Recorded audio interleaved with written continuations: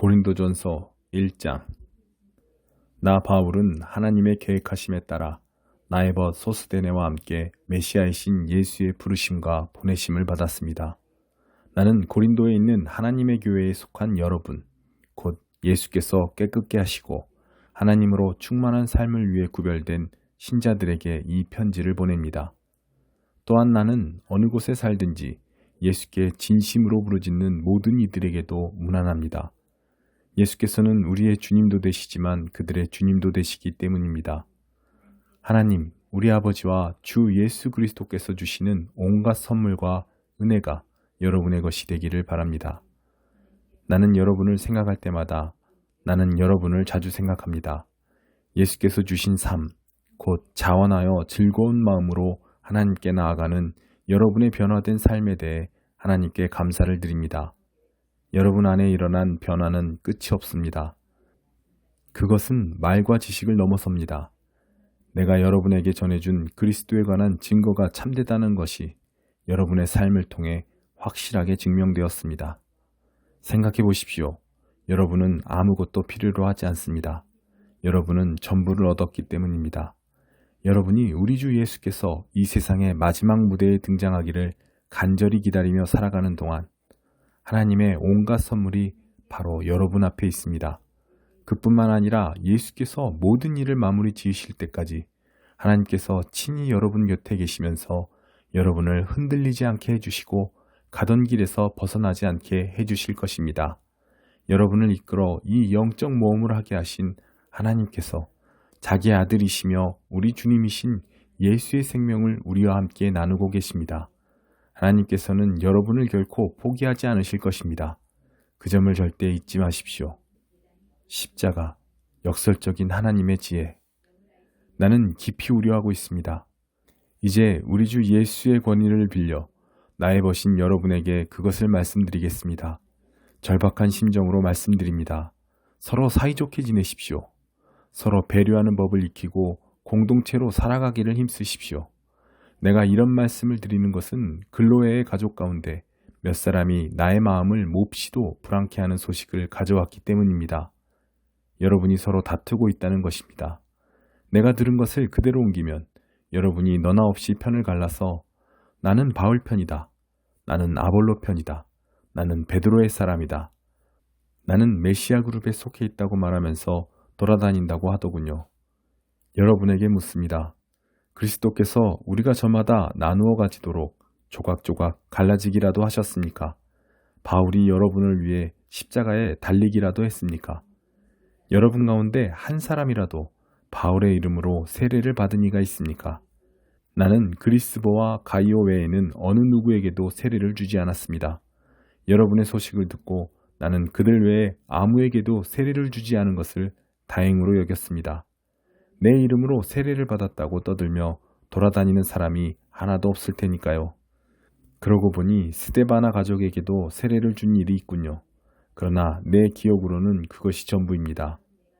하나님께서는 나의 추종자들을 모으라고 나를 보내신 것이 아니라 그분께서 친히 이루신 일에 관한 메시지를 전하고 그분의 추종자를 모으라고 나를 보내셨습니다.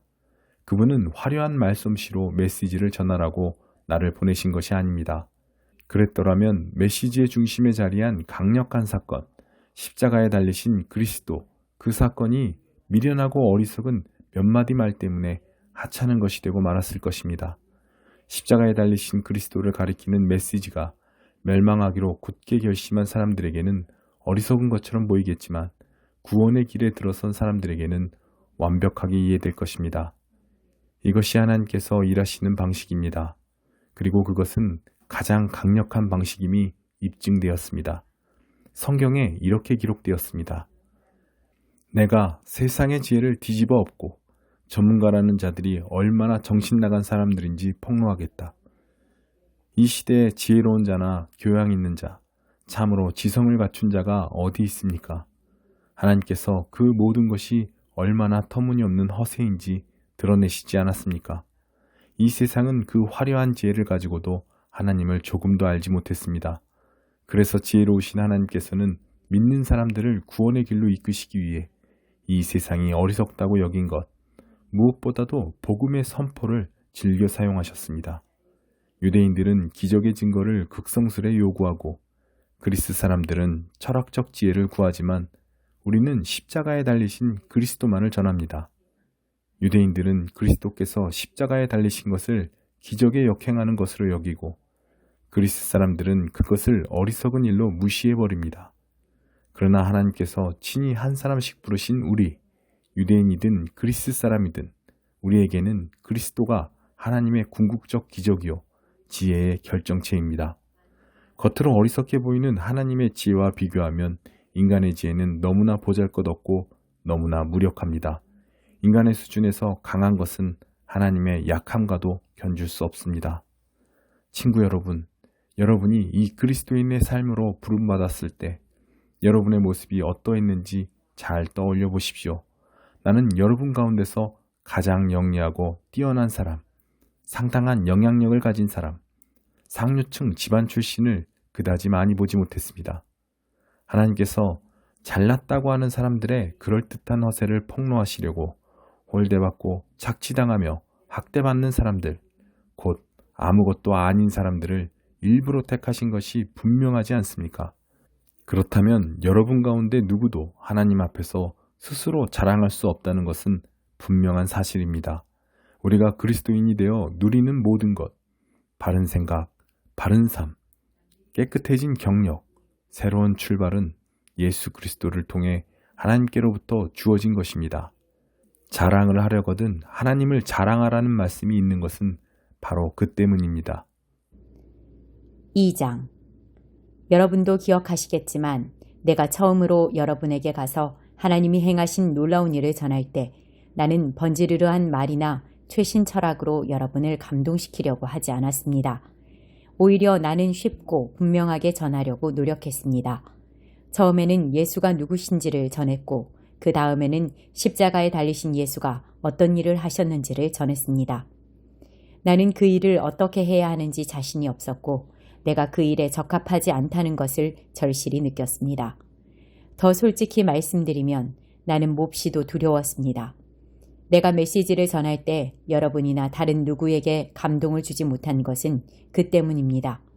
그러나 메시지는 결국 전해졌습니다. 하나님의 영과 하나님의 능력이 그렇게 한 것입니다. 여러분의 믿음의 삶이 나나 다른 누구의 지적이고 감정적인 화려한 말솜씨에서 비롯된 반응이 아니라 하나님의 능력에서 비롯된 반응인 것이 분명해졌습니다. 물론 우리에게는 하나님의 지혜가 풍성합니다. 여러분이 확고한 영적 토대 위에 서기만 하면 여러분에게 그 지혜를 넘겨드리겠습니다. 그런데 그 지혜는 대중적인 지혜도 아니고 고임금의 전문가들이 선호하는 지혜도 아니고 한두 해가 지나면 시대에 뒤처지고 마는 지혜도 아닙니다.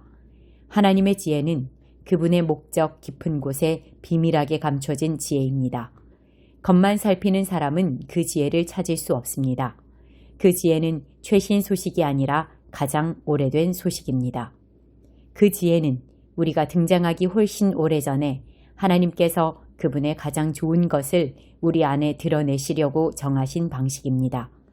우리 시대의 전문가들은 그 영원한 계획이 무엇인지 조금도 알지 못했습니다. 만일 알았더라면 그들은 하나님께서 계획하신 생명의 주님을 십자가에 매달아 죽이지 않았을 것입니다. 다음에 성경 말씀이 있는 것은 그 때문입니다. 어느 누구도 이 같은 것을 보거나 듣지 못했고 이 같은 것을 상상해 본 적도 없다. 그것은 하나님께서 자기를 사랑하는 이들을 위해 마련해 두신 것이다. 하지만 여러분은 그것을 보고 들었습니다. 이는 하나님께서 그분의 영을 통해 그 모든 일을 여러분 앞에 다 드러내 보이셨기 때문입니다. 성령께서는 표면에서 떠도는 것에 만족하지 않으시고 하나님의 깊은 곳으로 뛰어드셔서 하나님이 처음부터 계획하신 것을 드러내십니다. 여러분이 생각하고 계획하고 있는 것을 여러분 자신이 아니면 누가 알겠습니까? 하나님도 마찬가지입니다.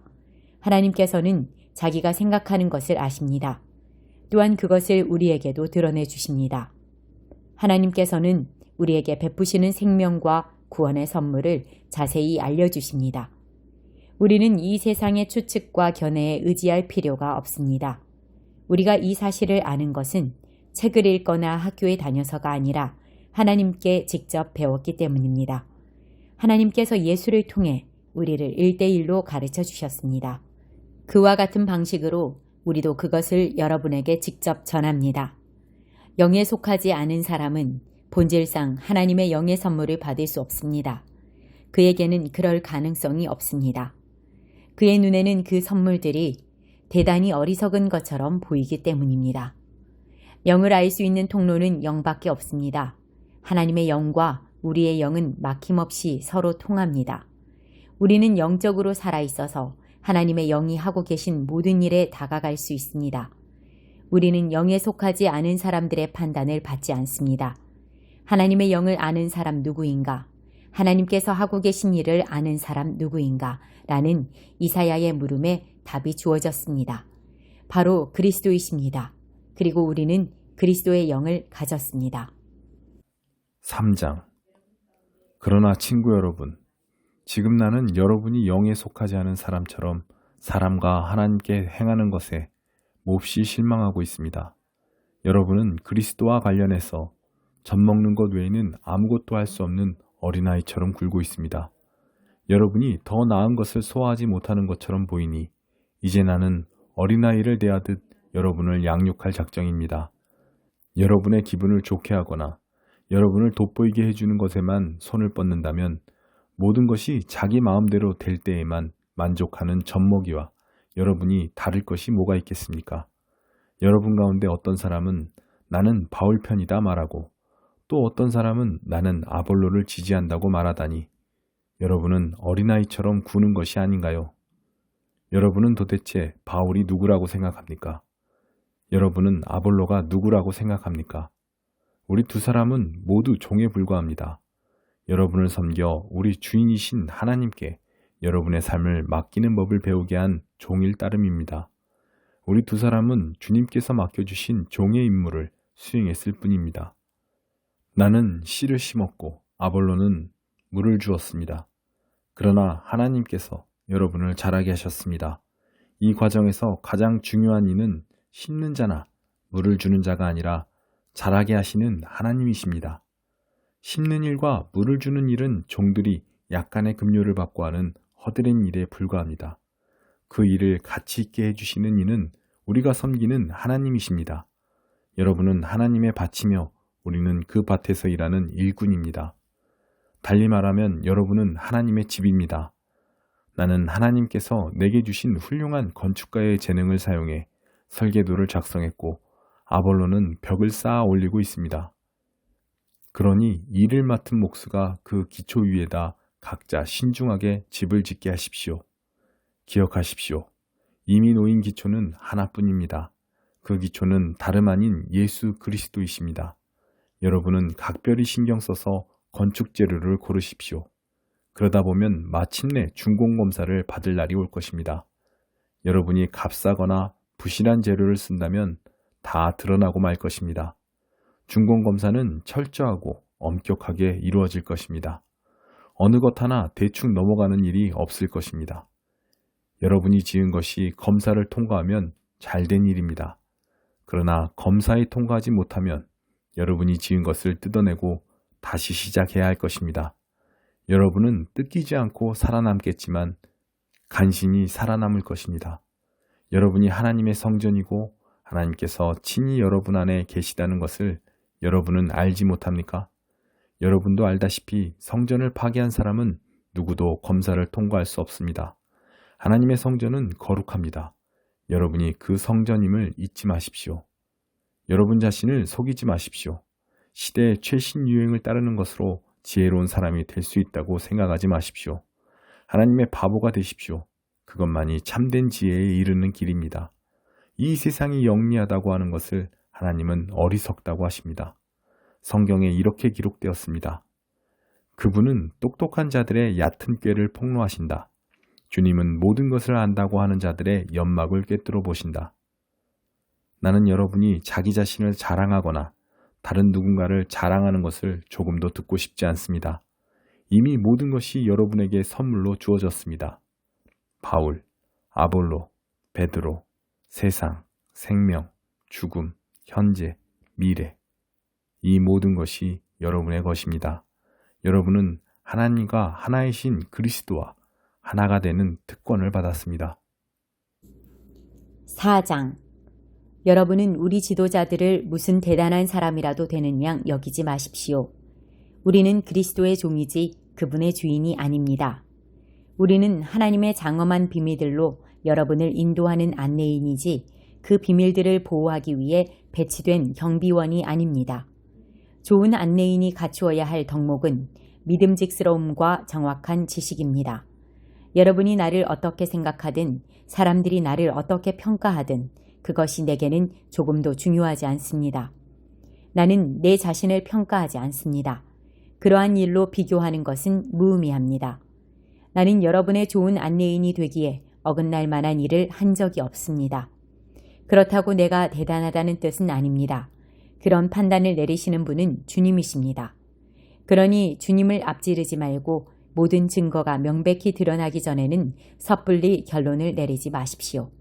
주님이 오시면 그분께서 우리가 생각지 못했던 모든 것, 우리 마음속의 동기와 의도, 그리고 기도를 환히 밝히시고 증거로 제시하실 것입니다.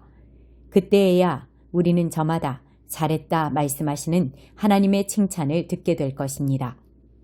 친구 여러분, 내가 지금까지 이 모든 말씀을 아볼로와 나에게 적용해서 설명한 것은 여러분이 조심하는 법을 배워서 모든 사실을 알기도 전에 성급하게 판단하는 일이 없게 하려는 것입니다. 하나님의 관점으로 사태를 보는 것이 중요합니다. 나는 여러분이 별것도 아닌 소문을 근거로 평판을 부풀리거나 깎아내리는 모습을 보고 싶지 않습니다. 여러분을 정말로 아는 사람, 여러분의 마음을 아는 사람이 누구입니까? 설령 그런 사람이 있다고 해도 그들이 여러분 안에서 발견해낸 것 가운데 여러분 자신의 공로로 삼을 만한 것이 무엇입니까? 여러분이 지니고 있는 것과 여러분의 현재 모습은 모두 하나님께로부터 온 순전한 선물이 아닙니까? 그러니 비교하고 경쟁하는 것이 무슨 소용이 있겠습니까? 여러분은 이미 필요한 모든 것을 가졌습니다.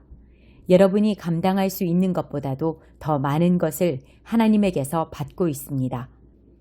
여러분은 아볼로나 나를 제쳐둔 채 세상, 하나님이 지으신 세상 꼭대기에 앉아 있군요. 우리도 거기에서 여러분과 나란히 앉아봤으면 좋겠습니다. 내가 보기에 하나님께서는 메시지를 전하는 우리를 아무도 표를 사려고 하지 않는 극장의 무대에 올려놓으신 것 같습니다. 교통사고 현장을 구경하듯이 모든 사람이 우리를 둘러서서 빤히 쳐다보는 것 같습니다. 우리는 메시아 때문에 환경에 적응하지 못한 사람들입니다. 여러분은 자신이 있을지 모르나 우리는 약함과 불확실성 한가운데서 살아갑니다. 여러분은 남들에게 좋은 평판을 받을지 모르나 우리는 대부분 빙 둘러싸인 채 발길질을 당합니다. 우리는 식사할 시간도 넉넉치 않고 누더기 옷을 입고 문전박대를 당하고 어디에서든 허드렛 일을 얻어 근근히 생계를 꾸려갑니다. 남들이 우리를 욕해도 우리는 그들을 축복합니다. 남들이 우리를 두고 터무니없는 말을 해도 우리는 그들에 대해 좋게 말합니다. 우리는 부엌에 버려진 감자 껍질처럼 이 문화로부터 쓰레기 취급을 받습니다. 앞으로도 그보다 더 나은 대접을 받지 못할 것입니다.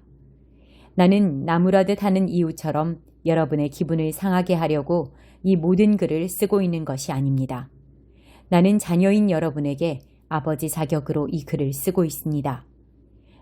나는 여러분을 사랑하고 여러분이 버릇없이 자라지 않고 바르게 자라기를 바랍니다.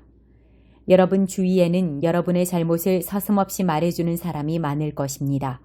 그러나 시간과 수고를 아끼지 않고 여러분이 자라도록 돕는 아버지는 많지 않을 것입니다. 예수께서 내게 하나님의 메시지를 여러분에게 선포할 수 있게 해주셔서 나는 여러분의 아버지가 되었습니다. 여러분도 알다시피 나는 내가 직접 행하지 않은 것을 여러분에게 하라고 하지 않습니다. 그런 이유로 나는 먼저 디모데를 여러분에게 보냈습니다. 그는 나의 사랑하는 아들이며 주님께 신실한 사람입니다. 내가 그리스도의 방식과 관련해서 모든 교회에 늘 제시하는 가르침을 그가 여러분에게 새로이 기억나게 해줄 것입니다.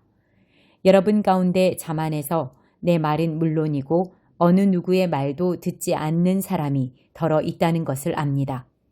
그들은 내가 직접 찾아가 얼굴을 마주할 것이라고 생각지 않는 모양입니다. 그러나 하나님께서 원하시면 나는 여러분이 생각하는 것보다 빨리 여러분을 찾아갈 것입니다. 그래서 우리는 그들이 허세가 가득하다는 것을 확인해 볼 것입니다. 하나님의 도에서 중요한 것은 단순한 말이 아니라 능력 입은 삶이기 때문입니다. 그러니 내가 어떤 준비를 하고 여러분에게 가는 것이 좋겠습니까? 여러분을 통제하는 엄한 교관의 모습이 좋겠습니까? 아니면 여러분과 속마음을 터놓는 다정한 벗이나 상담자의 모습이 좋겠습니까? 결정은 여러분이 하십시오.